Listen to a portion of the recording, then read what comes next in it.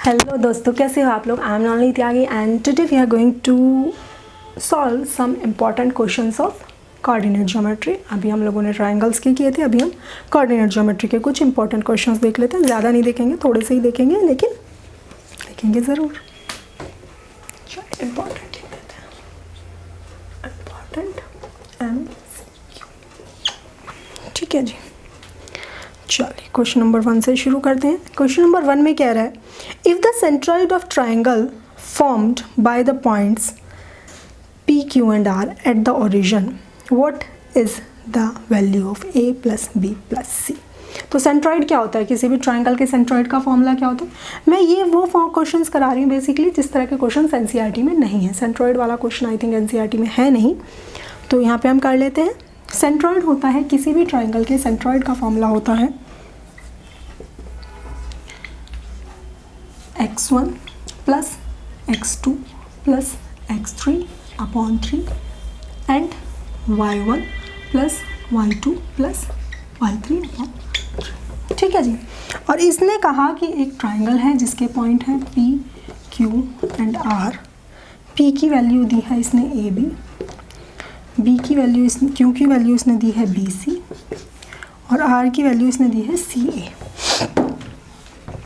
तो जब हम सेंट्रॉइड में रखेंगे, और सेंट्रॉइड कहाँ कहा इसने, सेंट्रॉइड इसने कहा ओरिजिन पे, that means is equal to क्या है 0 0। मेरा सेंट्रॉइड की वैल्यू क्या है 0 0 है। तो x1 plus x2 plus x3 upon 3 is equals to 0 and y1 plus y2 plus y3 upon 3 is equals to 0।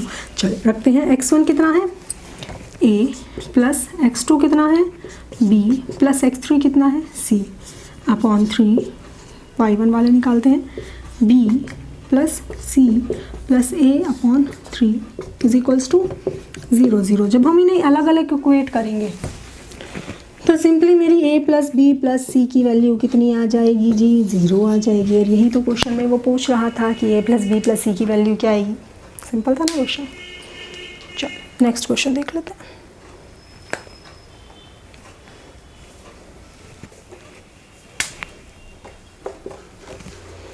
Next question में कह रहा है, find the value of a so that the point 3 and a lies on the line 3x minus 3y is equal to 5। तो लाई का मतलब क्या होता है, लाई का मतलब होता है कि जो पॉइंट हमें गिवन है वो पॉइंट उस पर्टिकुलर लाइन को क्या करेंगे, सेटिस्फाई करेंगे। तो कौन कौन से पॉइंट हैं, 3 और a लाई किस पे कर रहा है 2x minus 3y is equal to 5।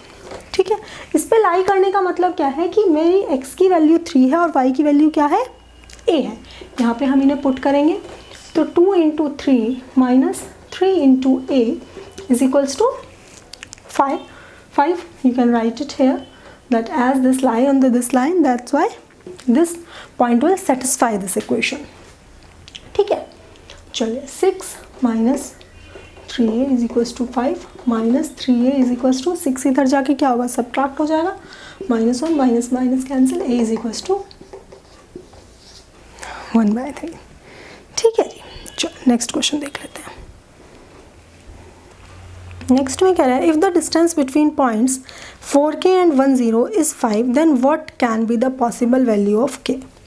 Simple question है। इसने कहा 4 और k एंड 1 एंड 0 के बीच की डिस्टेंस, अगर ये a और b है तो a b के बीच की डिस्टेंस कितनी दी है इसने 5 और k की वैल्यू पूछी है। ठीक है जी। तो हमारा डिस्टेंस फार्मूला लगाएंगे simply, A B is equals to under root क्या होता है x2 माइनस x1 का whole square plus y2 minus y1 का होल स्क्वायर। ए बी की value 5 is equals to square root of x2 की value 1 minus 4 का whole square plus y2 0 minus k का whole. दोनों तरफ का क्या करेंगे होल स्क्वायर करेंगे जिससे कि स्क्वायर रूट कैंसिल हो जाएगा और ये कितना हो जाएगा 5 पूरे 25। ठीक है जी। और ये कितना हो गया 4 माइनस 1 3 3 3 जा 9 प्लस k स्क्वायर। 9 इधर जाके सब्ट्रैक्ट हो जाएगा, 25 में से 9 सब्ट्रैक्ट होगा तो कितना आएगा 16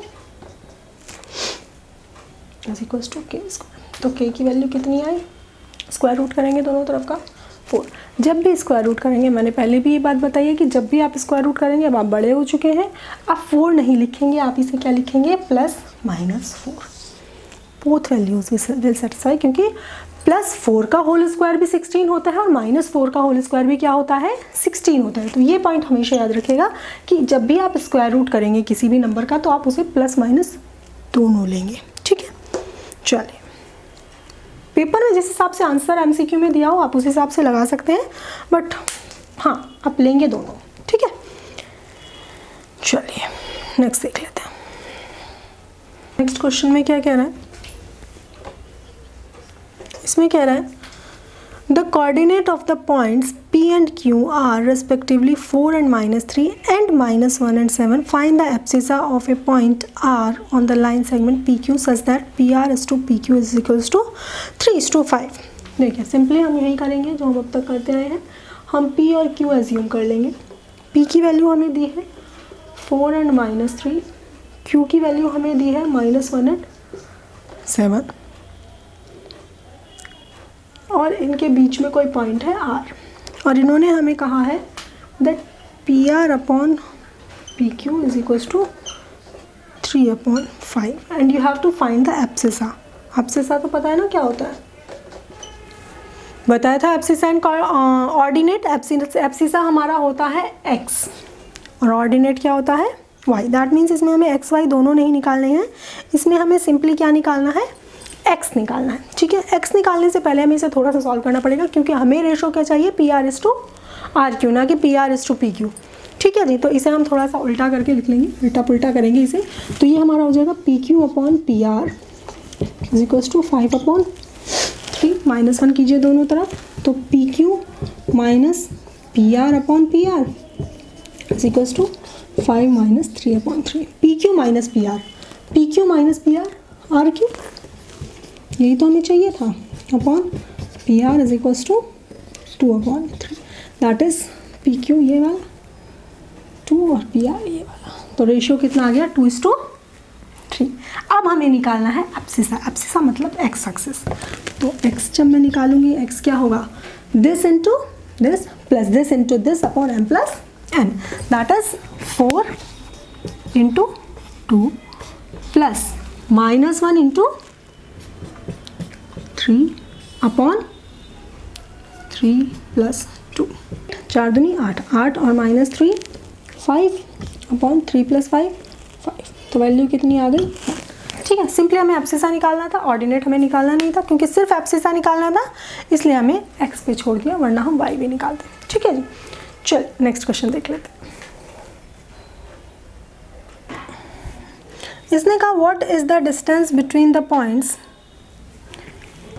10 cos 30 and 0 and 10 cos 60। इन दोनों के बीच की डिस्टेंस आपको निकालनी है, तो पहले तो पॉइंट से निकालने पड़ेंगे। cos 30 की वैल्यू कितनी होती है और cos 60 की वैल्यू कितनी होती है, बताइए जल्दी से कितनी होती है। 10 √3/2, cos 30 √3/2। ठीक है, और ये 0, और जब इसकी निकालेंगे तो 0 एंड cos 60 की वैल्यू 1/2, दैट इज 10 × 1/2। तो मेरा A पॉइंट अगर ये है और B ये है, तो मेरे A की वैल्यू आ गई 5√3 एंड 0, और B की वैल्यू क्या आ गई 0 एंड 5। अब मैं ये भी निकालूंगी, √ x2 - x1 का होल स्क्वायर, 0 - 5√3 का होल स्क्वायर प्लस 5 - 0 का होल स्क्वायर। ये तो 0, ये 5 5 जा 25, 25 दिया 75 प्लस 5 पूरे 25, 25 और 75 100 का स्क्वायर रूट बस। अब क्योंकि ये डिस्टेंस है, यहाँ पे देखिएगा, क्योंकि स्क्वायर रूट निकाला है तो फिर से बात आएगी मैम प्लस माइनस दोनों लेंगे, नहीं लेंगे, क्योंकि ए बी क्या है, डिस्टेंस है, और डिस्टेंस नेगेटिव में नहीं होती यहाँ पे, इसलिए मैंने पॉजिटिव लूँगी यूनिट। समझे, नेगेटिव कब लेते हैं, जब हमें पॉइंट्स निकालने होते हैं, जब हमें कोऑर्डिनेट्स निकालने होते हैं। कोऑर्डिनेट नेगेटिव पॉजिटिव दोनों में हो सकते हैं, तो हम दोनों लेंगे, लेकिन अगर डिस्टेंस की बात करेगा तो हम सिर्फ पॉजिटिव वैल्यू लेंगे।